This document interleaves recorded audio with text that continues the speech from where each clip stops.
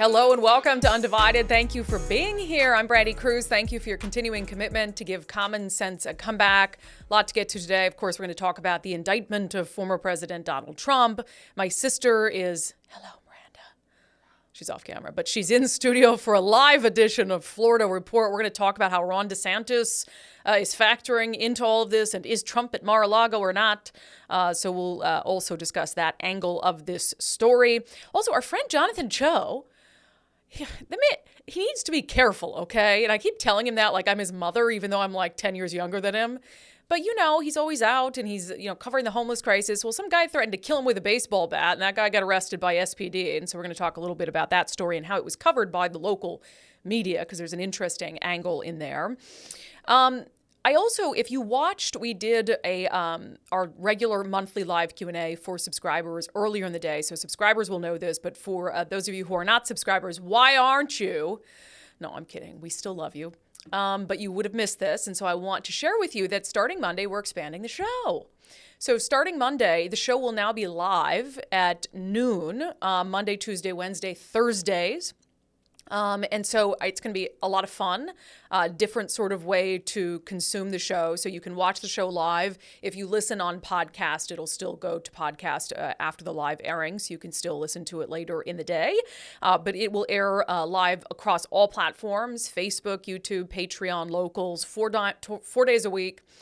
With the podcast also posted after the fact. And then we'll do a special Sunday show just for subscribers, a more laid back version of the show on Sundays with important interviews and conversations. So we're going to be doing 5 shows a week, Sunday to Thursday, and it's going to be amazing. I also teased for subscribers on the live Q&A today that we have hired an executive producer for the podcast who I think is going to just take the content to the next level. We're going to be able to get back to, I think, some of my core of journalism and breaking stories and chasing down leads. I'm not going to tell you who that person is, although some of you might be able to guess, but that announcement is going to come either on Sunday or Monday. I haven't decided yet, but lots of exciting things happening. This is our last show in this studio right when we're done today. We're tearing this all down. In fact, it's funny because the only thing that's not torn down is just what you can see on camera. Like everything else has already been moved out. So it's just like, we're going to do the show, stop taping, and then tear down and reset back up. So it's just a lot going on. So if my voice sounds just like very stressed and frantic, that's why. But it's good stuff. It's exciting stuff. I just need to get through this weekend, get through our first live show on Monday and everything that comes along with that. But thank you. Special thank you to subscribers who've helped support the show so much that we can afford to bring someone on full time to be a producer, to keep spreading. And it's not just about growing the podcast. To me, it's never been about just being a podcast. It's a mission, trying to get people into this sort of, we call it team sanity, team common sense, and get people who are reasonable right, left, and center to start speaking up for themselves. And so the more eyeballs, the more ears that the show reaches, I think we can really have an impact. And so this is the beginning of, I think, a really important transition for the show, but also for the movement. All right, let's talk about Donald Trump, shall we? I know some of you are like, no, I don't want to discuss this story. It was interesting. We were coming in. Randy, you have that picture, right? I'll have you send it to me. We were coming in, driving in, and there was this woman with this giant banner over the interstate that said, MAGA is about love. Is that what it said? Yeah. MAGA is about love. And I have to imagine that she was up there in response to the indictment of former President Donald Trump. And, look, I'm going to bifurcate 2 things. So you guys know I don't particularly like Donald Trump. I don't want him to be president again. I'd rather he not even run in the first place. But I also have been very clear that, I won't say it's a witch hunt, but I will say that just give it a rest already. I mean, just let the old man, go to Mar-a-Lago and golf his days out on this earth, because I don't think it's healthy It, it's tough because I'm conflicted on a lot of fronts because I'm a law and order person. If you break the law, I don't think anyone's above the law. And I certainly don't believe a former president is above the law or a politician is above the law, especially. I mean, for people that we give power, they more than anyone else need to be held accountable. So look, if the man broke the law, then fine. But for Democrats who are celebrating this, I don't think they realize the actual ramifications of it. So I'll get into that in a moment. But first, if you're not familiar with what happened in the indictment, so this has to do with the alleged hush payment to porn star Stormy Daniels that came in the closing, I think, days or weeks or months of the 2016 presidential campaign. So the gist of it is she gets $130,000 and agrees to say that she didn't have sex or not with Donald Trump in 2006 while he was married. That's the accusation. And so Trump had classified that as a business expense. And so the Manhattan DA's office had put this up to a grand jury. Charges, I think, typically remain sealed, but the Manhattan district attorney had said that Trump falsified business records. So we can assume that that's what the charges would be, carries a maximum prison sentence of 4 years. And so they put this up to a grand jury indicts. Trump comes out. He blasted the indictment as politically motivated. He said, this is a political persecution and election interference at the highest level in history. The Democrats have lied, cheated, and stolen in their obsession with trying to get Trump. But now they've done the unthinkable, indicting a completely innocent person in an act of blatant election interference. So, look, I would like Trump to just kind of go away. And I think that this does the exact opposite of that. I think it galvanizes his base in a way that actually could help his 2024 campaign. Now, if he's in, I don't know how this would work, like if he's convicted and then he's in prison. I would assume that he's not able to continue a campaign while that's all going on. So I don't really know the implications of it there. But I really do think that this is going to make Trump even more of sort of a martyr for that cause. And so for Democrats who are celebrating it, I'm like, I don't think that this gets him in the way that you think it does. And so I guess I don't understand that. At the same time, like I said, I'm a law and order person. If there is evidence that he broke the law, then, proceed with that as is. But as Ron DeSantis, and we'll talk about this on Florida Report later, Ron DeSantis pointed out in a tweet that you have this Manhattan DA who has been super soft on crime, like on all sorts of crime, like, lowering punishments. Yet with Trump, it's like throw the book at him. And so there's this real discrepancy in kind of the respect and the heft of the rule of law. And so that's why some people are saying that it's certainly politically motivated. We don't know, if Trump's going to turn himself in. It sounds like he is going to surrender himself over to the Manhattan DA's office in Manhattan. That's going to be an absolute circus of a media circus out there. I can't even imagine. And that's usually how these things work. I don't think that's particularly special treatment. I think when you have these alleged white collar crimes, that you have an agreement like, oh, my client will surrender themselves at X amount of time. But this is pretty wild stuff. I mean, to think about the former president, current candidate for president of the United States in 2024, having to surrender himself to the Manhattan DA's office. Absolutely wild. Now, what is the response going to be? From people when this happens, which sounds like early next week is when he's going to turn himself over. I think about January 6th and the response when he lost the election and they were going to certify it. And Trump himself on his own social media platform, he put out this statement that I really don't think is going to help things, but maybe that's what he's hoping for. He said, what kind of person can charge another person, in this case, a former president of the United States who got more votes than any sitting president in history, which is actually true. I had to look that up because it sounded like a lie, but that's actually true. And leading candidate by far for the Republican Party nomination with a crime when it is known by all that no crime has been committed, and also known that potential death and destruction in such a false charge could be catastrophic for our country. That's insane for him to say, given what happened on January 6th. And so to me, that is absolutely poking the bear. And I mean, not particularly a surprise, but I do worry about what protests, riots, etc. could look like if and when he turns himself in or is convicted or has to go to jail, etc. Trump says the only person who would do that is a degenerate psychopath that truly hates the USA. Again, I'm super conflicted on all of this because I have to try to separate how I feel about Trump from the legality of what's going on, the merits of the charges. And then I also have to separate all of that from whether I feel like it's actually good for the country or not. So if I try to take those things one at a time, I don't like Trump. I don't really know about the merits of the charges. I mean, it sounds like he paid the woman, and she says that they did it, and that's what was hush money. I'm not familiar with how the law works when it comes to it being a business expense, et cetera. And then the last thing, which I think is the most important, is I think it's bad for the country. I think it's bad for the country. I think it's bad for politics. I don't think it's going to have a particularly positive outcome for a variety of reasons. And so for that reason, I don't think it's worth it. I don't think it's worth it for the Manhattan DA's office to pursue this. And so for that reason, I do think it's politically motivated. And also knowing, like Ron DeSantis said, how many crimes that office just lets slide and the real lack of order, lack of respect for the rule of law. So I'm worried about how this is all going to play out. And again, we'll talk on Florida Report about Ron DeSantis' response to all of this, because it kind of puts him in an interesting position. Trump has been very mean to Ron DeSantis as of late. And then Trump is a Florida resident. And so there was this question about, okay, is Ron DeSantis going to come to his defense? Is he going to just leave him flailing because he's, been kind of mean to him and is a 2024 opponent? So we'll talk about what Ron DeSantis tweeted, because I thought it was kind of his effort to balance the situation. It was very interesting. He was very careful with his wording. So that's what's going on with the former president of the United States. There is a lot to come on this story, but I'd be really, really interested to hear your guys' thoughts on this, because I know a lot of you are kind of similar to me, with not a big fan of Trump, but you really think Democrats have just totally overdone it over the past 5-6 years. So I'd be interested to hear your comments, and I can read them on Monday's show.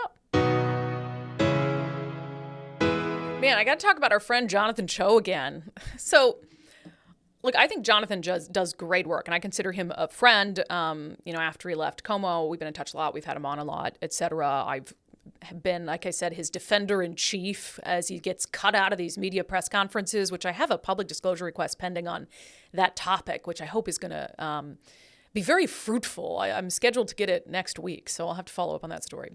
But Jonathan Cho also puts himself in some really precarious situations, which is at times part of being a journalist. I mean, the way that he does things, he's got his camera and he really gets up in people's faces, and he's doing this at homeless camps and on the street. And, he had a guy chase him with, what was it? Was it an axe? Yeah, with an axe the other week by City Hall. And Jonathan keeps filming, and I'm like, Jonathan, just drop the camera and run. He had that woman who... She was caught in this viral video. She was a black woman being racist toward an Asian woman, saying all sorts of terrible things. And Jonathan Cho went to her house to confront her about it. And it just was very persistent. And I was like, you need to leave. In my head, I was like, Jonathan, leave. And so anyway, he was downtown Seattle, and he was talking, and he was filming this homeless person who was just doing drugs out in the open, because that's what happens in downtown Seattle. When you can kind of hear, and you'll hear in the video, and I'll play it, kind of a warning, to watch out. And allegedly what happened is this guy came up behind him, threatening with a baseball bat. And then Jonathan is filming the rest. Hey, you better get out of here. Oh, shit. This guy right there. Right there. Here's a baseball bat. He came charging at me. This guy right here. I have every right to be here. That's invasion of privacy. Nope, I'm talking to those guys. You're coming at me with a baseball bat. This guy's out of control. Yeah. So anyway, then Jonathan calls the police, and the Seattle Police Department shows up, and Jonathan documented that as well. Thank you. What did you guys start a conversation? Why? I just ran. I ran across the street. You were, pacing around the area, talking, interviewing people. Exactly. Okay. But what would you like to do in this case? Press full charge. This man literally nearly assaulted me. What charge? You want to file assault charge? Yeah, this guy came in with a baseball. He should be arrested. Okay. So what I found, first of all, besides Jonathan Cho, I texted him, I said, you need to be careful. He needs security guards or something. But also, no story is worth getting hurt. And so Jonathan, if you're listening, I'd like you to just back away a little bit sometimes. But what I thought was interesting was how the other media outlets covered this, because not only is this someone getting threatened with a baseball bat, but this is a journalist being threatened in the course of trying to do their job, an independent journalist. Like, that's a big deal. Can you imagine if it were a King 5 journalist or a Seattle Times journalist? So Kruse 7, as an example, writes a little blurb on this, and they say, man arrested in Seattle after threatening to kill person with a baseball bat. A man was arrested Wednesday after threatening to kill another man with a baseball bat, according to the Seattle Police Department. At about 11:40 a.m., officers were flagged down near the intersection of 3rd Avenue and James Street by a 44-year-old man who said another man had threatened to kill him with a baseball bat. After police reviewed footage of the incident, a 47-year-old man was taken into custody and booked in King County Jail. The bat, which had Mac Attack written on the side, was also confiscated. So they just call Jonathan Cho a 44-year-old man. Like, they don't even specify that. And Jonathan Cho had put out this video, and it was like all over the place. And so, I mean, Cairo knows it was Jonathan Cho. But of course, they're not going to say, like, independent journalist was filming a story on homelessness and somebody threatened him with a bat, or even say his name. They say they were flagged down by a 44-year-old man, which I think is absurd. I think the fact that it was Jonathan Cho, who's been, targeted, who's been harassed, who's been maligned, who people accuse of being, on the right, the fact that it was Jonathan Cho is relevant. But of course, they leave it out of the story. And, the Seattle Police Department did that in its blotter post as well. They have basically a blog, a police department blog, where they post about notable cases.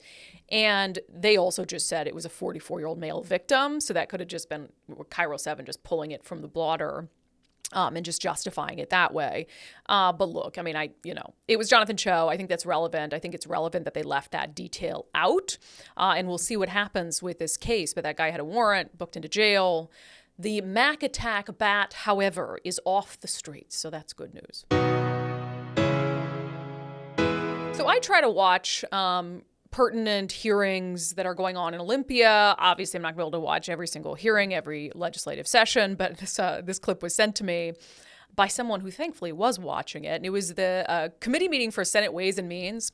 So they're discussing budgetary issues. This happened yesterday afternoon. And there's a lot of bills to be discussed, and there was public comment on some of them. And one of them was in gross substitute House Bill 1469. And I hadn't heard too much about this one. My gist of it from reading, and the way they write these bills is so freaking confusing, but the gist of the bill, and it's a Democrat-supported bill, I think is meant to protect essentially transgender individuals who might come to Washington to seek gender-affirming care that's protected here, or abortion or reproductive rights that are protected here but not in another state. So that if another state comes searching for, did that person get, gender transition for their child, or did that person get an abortion and travel from our state where those things are against the law, and we're going to get information so we can prosecute them or so we can hold them accountable, and it basically makes it so that they can't do that. So that's the gist of it. Again, if you want to go take a look, it's in gross substitute House Bill 1469. So they're in the Senate Ways and Means Committee, and it's run by Democrats because Democrats are in the majority, so they run the committees, and they're having public testimony, and there is this individual, I don't know their gender pronouns, maybe they say it, and should I play the whole thing? I think I'm going to play the whole thing. It's, okay, I might interrupt a few times because it's several minutes, but I think it is so indicative of how one side approaches the debate on this issue. So when you go testify in Olympia, the rules are supposed to be the same for everyone, that you have a set amount of time, and then you're done. And I usually see it go off without a hitch. People get up there, they give their spiel, or they do it virtually, and then their time is up and they move on. But on this issue in particular, and I think for a good segment of trans activists, they're completely unable to not throw a temper tantrum and want to get their way in a very, very immature way. And it was interesting to watch this play out in front of Democrats who support this policy and to see this person behave in this way. So I'm just going to play the whole exchange because I think it just speaks volumes for how this debate goes. But at the beginning, this person kind of asks for special treatment because they say that they have a disability, which I'm totally fine with that. I mean, that's fine. It's really towards the end that things get a little crazy. Before my time begins, can I ask a question about rules and things? Sure. I haven't been able to go through the official disability accommodation process, but because it's like really expensive, but I have like a speech impediment. So if there's any accommodation that the chair would deem appropriate to grant for that today, I would appreciate it. We're happy to give you more time if that's what you're asking for. Yeah, as you see appropriate. Okay. I promise my line of questioning is relevant. To that point, the only other question I had before my time begins is just if it is okay if I ask questions and use my time to hear answers from the committee? No, Okay. you're here to give us your testimony on the bill. Totally, that's fine. That was going to inform what I was going to say. This is my first time on the Capitol Hill. Can you pull a microphone up? Yeah, Yep. thank you. My legal surname is Armstrong. I won't disclose my legal first name if not needed because I am a transgender individual and I face significant security risk every day of my life just for my gender identity. As my fellow testifier has said, it is a significant change to our lives since these bills have started to be introduced. If it's not obvious, I'm here to express support for ESHB 1469. Real quickly, I do want to acknowledge that we are all on stolen land. I would like to give and receive feedback. However, I cannot receive the feedback per what you had just mentioned in regards to the means and ways of this bill, and I am not here to entertain unproductive rebuttals or questions that challenge this bill predicated on the grounds of debating the legal moral implications of legally protected provisions of care to people seeking abortion and gender affirmations, regardless of the state of residence from which they come.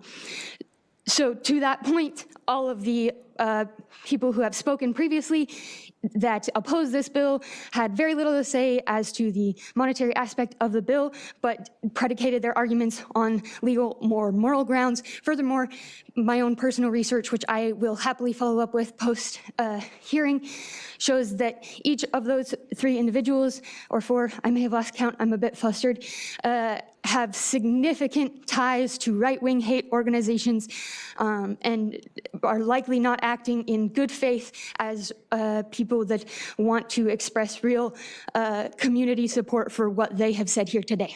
As I conclude the portion of rebutting the claims made by the detractors of this bill, I want to point out that I have yet to hear in the line of questioning that started after the information was given about this bill, any real significant fiscal objections to this bill that include any good faith proposals for amendments or ways of funding the ways by which this bill would be adjudicated and enforced.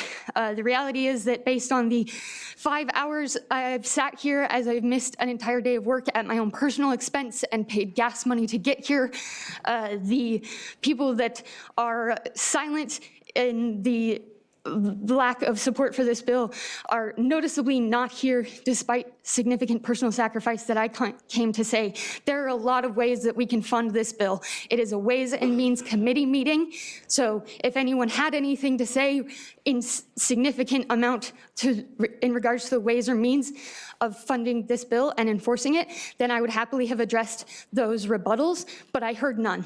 Brief statements were made, but they were all, again, predicated on a religious basis that seeked to argue the moral and legal implications of providing care to transgender people, regardless of their age or the state that they come from. Finally, I will say that out of all the things that I found egregious about lies that have been told in regards to transgender people, is the seemingly unchallenged misinformation that abounded. Please wrap up. Yep. In conclusion, all I have to say is this. If there are any senators here today, and I'm sure there are, that are planning on voting against this provision, just know that in the final hours of registering for testimony, it became clear that efforts were made to show a disproportionate amount of support for people that have spoken against this bill. So a lot of con votes were registered repetitively, and in the final hours, me and my community in this state were able to rally support to outweigh those votes, such that the total testimony came to 70% in support of this bill and 30% They've cut the mics. You're going to hear some chunks of silence, and then you'll hear, the mics come back on and a little bit of shouting. That suggests that most of the data. We need you to stop. We've heard your testimony. We've given you a lot of time. We need you to stop. We understand your perspective. We've heard it. We have access to all the data that you're talking about. And no, you need to stop because we need to hold a fair hearing. Thank you very, very much for joining us today. I hope you feel like your primary campaigns are well financed. You crossed the line. I yield my time. All right. Thank you. So if you couldn't catch that, the transgender person says, I hope you feel that your primary campaigns are well financed because you've crossed a line. I yield my time. First of all, you have no time left to yield. That's not how this works. It was funny because their whole testimony was like just using big words that it didn't mean anything. Like I could not follow it at all. I could not follow the point that they were trying to make whatsoever. And then at the end they go, I yield my time. Just, how do you not totally break down laughing? But I hope that this sends a message to these Democrats that you're trying to please the transgender community. You're trying to pass all these bills. We've discussed a few of them, bills that, I don't know that I have a strong opinion on this one, but, I've had strong opinions on other ones, like the bill that would essentially be government-sanctioned kidnapping of your kids and allow youth from other states or other places or even Washington to go seek shelter and say, I'm seeking shelter because my parents won't let me get gender-affirming care, and then they get to be like hidden away from their parents, which is crazy. But I hope this is a message to Democrats that you're never going to satisfy these people. You are never going to satisfy this fringe. And I'm not saying all transgender people are fringe. I'm saying transgender people who act like that, who say things like that, are fringe, and they do account for the loudest voice in the room. And so here you have a bunch of lawmakers who support this policy, who support transgender individuals and transgender rights, and still, because they couldn't rant incessantly and go way past their time, interrupt, scream, had to have their mic cut, and because they had to walk away and were told your time is done, throws an absolute fit. I hope your primary campaigns are well financed. You've crossed a line. Crossed a line how? They're supporting this bill. They support you as a transgender individual because they wouldn't sit there and let you rant for however long you wanted like a child. You're going to say, I hope you're going to get primaried by someone. So I hope it's a wake-up call for Democrats who are just always falling over themselves to please the loudest voices in the room on these issues. You will never please them. You will never do enough for them. And this is Exhibit A of that. As you guys know, I've been a spokesperson for Eastside Weight Loss Clinic for about 3 months now. I am down 32 pounds from when I began, which has been absolutely amazing. And I have been hearing from so many of you who got on the program, heard me talk about it for like maybe a month, 2 months. You're like, okay, I'm going to do it. And are getting great results. I just saw someone on my Patreon page who said that they're down 9 pounds in 12 days, which is awesome. And that's kind of similar to where I was. You really see it melt off the first couple weeks. And I always tell people and as I've been telling you guys, it's not easy. The first 2 weeks were so hard. And then the 60 days goes by pretty quickly after that. And you really have to stick to it. And I think that's what's been important to me about pitching the Eastside Weight Loss Clinic plan is I did it before they became a sponsor so I could see if it worked. And then I've been really honest with you guys that, yeah, it's hard. Yeah, you have to eat less. Like I couldn't eat what I'd been eating when I gained 40 pounds during the pandemic. But if you're able to stick to a structure, kind of treat it like a job, you have a handy app where you can get help from Dr. Coogan and the team at Eastside Weight Loss Clinic. If you're just, hit a plateau or you have some questions. And so for someone who maybe like me put on a little extra weight over a short period of time, I do think this is a really good way to shed it. And the nice thing is that you can do a 15-minute consultation for free with Dr. Coogan to see if it's right for you, if it's something that you think you might be able to do and might be able to stick to. And then we have this whole community we're building of people who have started the program. And so I always tell people, feel free to email me if you need to commiserate or you've hit a wall and you just need some support and enthusiasm. So I'm here for you guys. So if you're thinking about it, if you've been thinking about it, just schedule a 15-minute consultation with Dr. Coogan. 15 minutes of your life. If you don't want to do it at the end of 15 minutes, then it's not a big deal. But you've made a call and you inquired, and you can maybe decide later. EastSideWeightLossClinic.com. That's EastSideWeightLossClinic.com. Dr. Ryan Coogan, DC. Results may vary. It's Friday. That means it's time for our segment, Florida Report. It's not even controversial anymore. People know in Florida their freedoms are going to be respected. Hey. Hi. Nice to have you here. I was speaking at an event last night, and one of the questions was, can we get a live Florida report? Yeah, we didn't give them a live Florida report, but No, you'd had a couple drinks by then. It's true. I didn't want you put on the spot. I had you come in from Florida to help with the studio move. It's just free manual labor. I guess it's not free, but No. And then we're doing some other things. But so we're still going to do a Florida report. We haven't decided which day yet, since Friday is going away. Yeah. But we're still going to do it. So I'm sure people will ask me that. We just have to figure it out still. We were talking on the podcast earlier about what's going on with Donald Trump. yes. And I know there's like, where is he? It sounds like he's in Florida still, but that he's planning to turn himself into the Manhattan DA. But it puts Ron DeSantis in an interesting position. Yeah. Because it's his like possible 2024 nemesis. Yeah. And also Trump's been an ass to him. Yeah.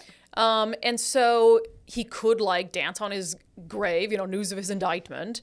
Or he could be like, we'll help, hand him over. So read what DeSantis said, because I thought it was interesting. He chose his words very carefully. He did. So DeSantis tweeted, the weaponization of the legal system to advance a political agenda turns the rule of law on its head. It is un-American. The Soros-backed Manhattan district attorney has consistently bent the law to downgrade felonies and to excuse criminal misconduct. Yet now he is stretching the law to target political opponent. Florida will not assist in the extradition request given to the questionable circumstances at issue with this Soros-backed Manhattan prosecutor and his political agenda. Yeah, so he definitely gives his base a little red meat, talking about George Soros, et cetera. Doesn't mention Trump by name. No. Does not have Trump in there. And then also he's saying we're not going to assist. I don't think they have to, and I don't think anybody expects them to. No. So I think that's kind of a non-issue. So he gets some points for kind of saying we won't do this when it doesn't really matter anyway, because Trump's turning himself in Manhattan. Doesn't say Trump's name, and then, tries to play to the base by saying George Soros-backed prosecutor, which I'm not saying that's not true. I'm just saying he does that very intentionally. So it's like this long, convoluted kind of tweet where he's dancing around all sorts of eggshells, but like trying to like stay on top politically speaking. Yeah. But I guess you have, and we talked about this, you have a lot of friends in Florida that are big Trump fans. Yes. But also, and that kind of struggle with, I like DeSantis too. What do you think this does for them? Like Trump's indictment, does it make them like him more? Honestly, I think that there is definitely going to be Trump supporters that anything that happens to Trump, whether he's proven guilty or however many times he's indicted, they're just going to love him more and more. They're just going to back him more and more. But I do think that majority, especially with my friends, majority of people are just, they're just pretty strong Republicans, and they're not necessarily Trump fans, but they did like him. But I think that they are going to have a little bit of a struggle when it comes to who they're going to vote for if DeSantis does go up against Trump. I think DeSantis' response was very calculated, because you're right, he didn't really do anything that would make Trump supporters not like him or like him. I do think that he has to be really careful moving forward, because he does need to gain the support of those Trump supporters if he does want to beat Trump. So that's going to be a little bit of a tricky thing for him. I'm not really sure how he's going to do it, but this is a good way. This is a good start for him, in the sense that he's like, I'm not going to give Trump away, but yeah, I'm not going to send like the state police to like corral him up, but nobody expected him to do that anyway. No. The whole situation, Trump-DeSantis, is weird. Trump being so petty with DeSantis all of a sudden, which is like obvious. So I guess we'll see what happens. Florida is going to be that's why we can't let go of Florida Report. No. That's where everything is happening. We get all the good content that comes out of Florida. And he even has, since the moment that this indictment kind of got announced, his supporters headed straight to Mar-a-Lago. Like, and there's actually like police have made a statement like you can't double park on the bridge because Mar-a-Lago is actually like a little island, and there's a small bridge that connects Mar-a-Lago to the mainland. And apparently, all of his supporters are heading out, blocking the bridge, trying to show support. So it'll be interesting. It'll probably turn into a little bit of a circus down there too. Whether he's in Mar-a-Lago or not, I don't know. But. Yeah, I'm worried about all that. Okay. We are, our lawmakers here are trying to restrict gun rights in Washington state. At the same time, your legislators in Florida are just saying anyone who wants to carry a gun, well, within reason. Yeah. Go ahead. No permits. No permits. So now you can do what's called a constitutional carry, meaning if you legally own a weapon, a gun, you can carry it with you without it. It has to be concealed. You can't. It's not an open carry state yet, even though DeSantis has talked about trying to make it an open carry state. But it doesn't sound like the legislature is going to entertain that at all. But for now, if you own a gun legally in Florida, you can carry with you. Yeah, so you can't, you don't need a CPL like we have here, a concealed pistol license. Exactly. So it's just night and day from down there to up here. And the argument, their constitutional argument, they're saying, it doesn't say you have to have a permit to exercise your Second Amendment right, et cetera. And so they're taking a very literal interpretation of the Second Amendment. Yeah. Also, a little debate afoot. I have a lot of strong opinions about bathroom debates, okay? And about bathrooms in general, so I'll probably devolve into that. But they have a bill that's been introduced there. We don't really know the level of support it'll get, but that has to do with bathrooms and transgender people. Yeah, so the WFLA is kind of breaking this down in an article, and I'm going to kind of read a little bit from the article because it explains it very well. Yeah. A Florida bill that would make restrooms exclusive to males and females. So this bill filed in the Florida House and Senate would make it a crime if a person refuses to leave a bathroom that does not match their sex assigned at birth. This bill is dubbed the Safety in Private Spaces Act. It would make it a second-degree misdemeanor for people 18 years or older to use a restroom or a changing facility designated for the opposite sex if they refuse to immediately leave when asked. The bill would also require educational institutions to establish disciplinary procedures for violators under the age of 18. Yeah. So I don't see this happening an awful lot. But you and I were also saying, and I'm sorry, I'm just going to say it, there's a couple crude questions we had. There are people who are born with both parts. Yeah. And it exempts them. It does. Right? It does. It actually, there's a couple exemptions. Okay. For instance, if you're a father who's taking your daughter out to the mall and she's got to use the bathroom and she's a minor child, you are allowed to take your daughter into the bathroom that she needs to go into. For elderly people that are needing assistance, disabled people, emergencies, custodial maintenance and inspection. And it also does talk about this bill does not apply to individuals born with genetically or biochemically verifiable disorders of sex development. Yeah. And then the other thing we were talking about is first of all, I don't think there's a lot of people who are going to be like, leave the bathroom. But what if you really look like a dude? Yeah. How are you going to know that they're not the actual gender that they're they were born? Yeah. Are you going to be like, whip it out? It doesn't make any sense. I just don't, there's a lot of problems with it. It gets to a really tricky place because in order to protect your privacy, you might now be violating somebody else's because now you're asking them to prove what they are. Yeah, I don't see it coming up very often, but also, here's my larger bathroom rant. I just like private bathrooms. Yeah. I don't like the stall things. I have pee shyness where I cannot go if someone's next to me listening. It's a problem. Yeah. There's all sorts of weird bladder issues, apparently, because I can't go to the bathroom in water either, which makes boat trips super inconvenient. Wow, there's a lot of stuff today. But I just like the ones where it's this is a bathroom.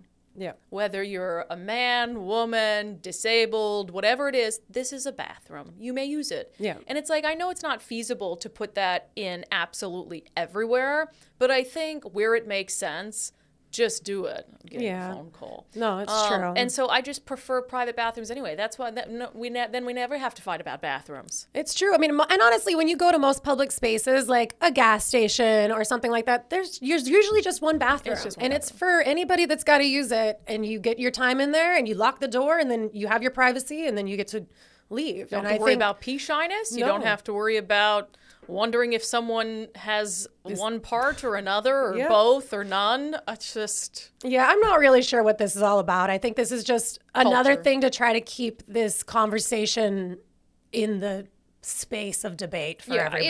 It's culture wars. And I think that that is something that Republicans, I think I criticize the left a lot for their obsession with identity and just unreasonableness. And I think the right at times leans way too much into the culture wars in a way where they stop being effective politically. Yeah. And I think that's silly. I know they're trying to prove a point, but also like, don't become what you say you hate. Oh, for Like sure. a parody of the left. Yeah. So anyway, Miranda, good to see you. Good to Thank see you you. for being here. You're I very welcome. appreciate it.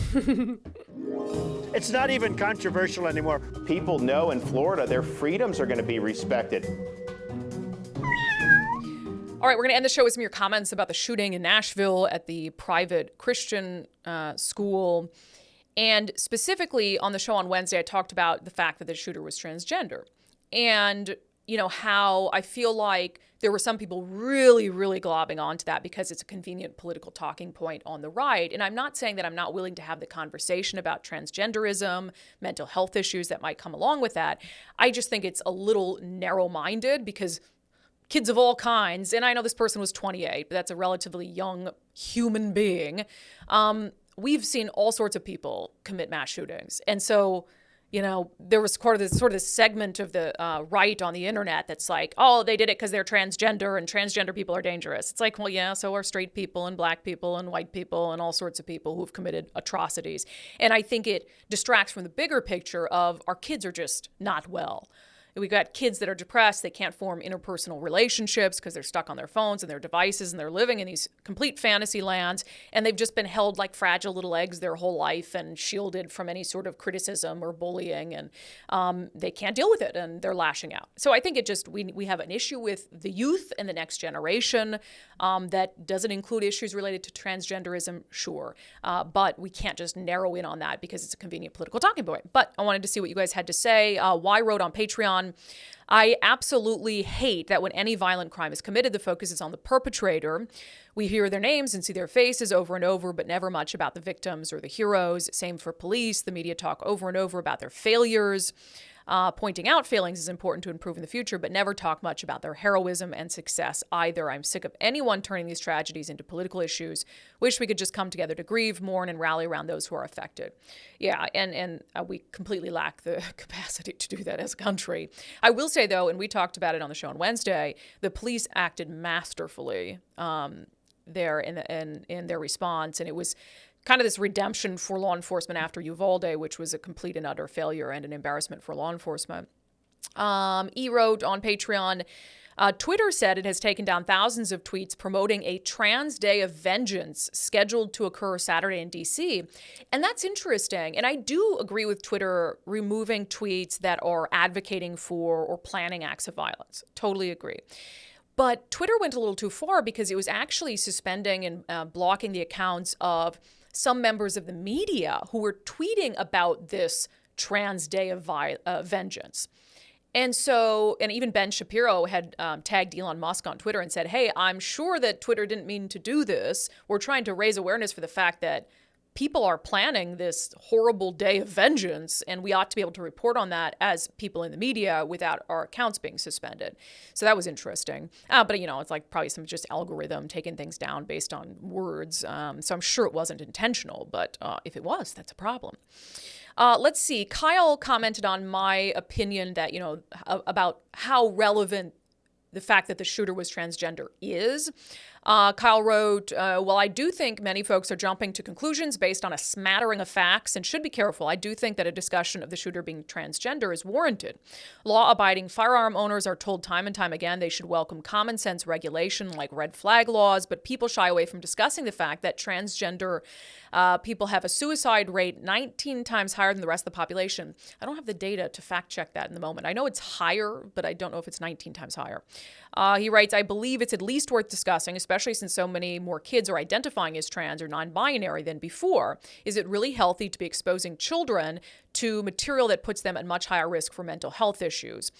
He also took issue with my characterization of the shooter as a kid. He said also 28 isn't a kid anymore, and I call everyone a kid. The shooter was 10 years into legal adulthood and beyond the accepted age to have a fully matured brain. Her support structure clearly let her, the community, and the victims down, but at that age, she is still responsible for what she believes and how she acts. Oh, I totally agree. It's just a young person, right? But yeah, I mean, I think it's a mentally ill person. I think anyone who commits a school shooting has to be mentally ill, but that doesn't mean that they're not competent to stand trial and that they're not competent to understand the consequences of their actions or that what they did was wrong. There's an important legal distinction there. You can be crazy, but you can still be found able to stand trial. H said, most people that I know don't care if someone's transgender. It's the shoving it down our kids' throats is what angers people. Tend to agree. Sue, you had a really interesting point, and I had to go actually look at more of the media coverage, and you were totally right. Sue said, what I find fascinating about the Nashville media coverage is how all of a sudden it's okay to dead name and preferred pronouns are out the window. And that's totally true. So the transgender community calls it dead naming when you use the name that they were given at birth or that was associated with a gender they no longer identify with.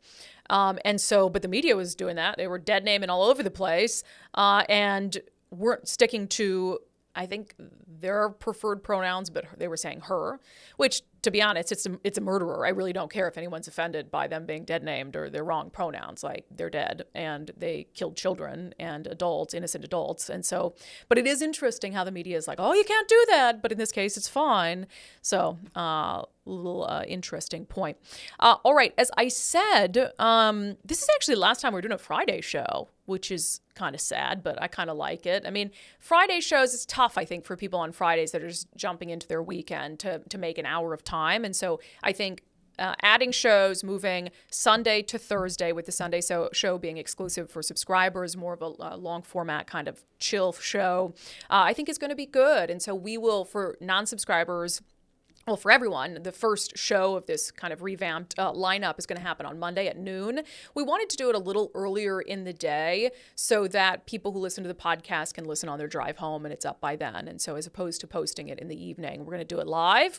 Welcome your feedback over the next few weeks on how that's going, both the content, but also technically speaking, whether it's easy for you to access, easy for you to watch, easy for you to comment on. We'll be answering questions live and reading comments live in the show as well. So I hope you enjoy it. Thank you all for your support. Thank you for your help in growing this mission and this movement to give common sense a comeback. If you would like to become a subscriber, if you enjoy the show but just haven't pulled the trigger for $5 a month yet, we'd love to have you join us. Patreon.com/undivided, or you can become a contributor on my locals community, brandykruse.locals.com.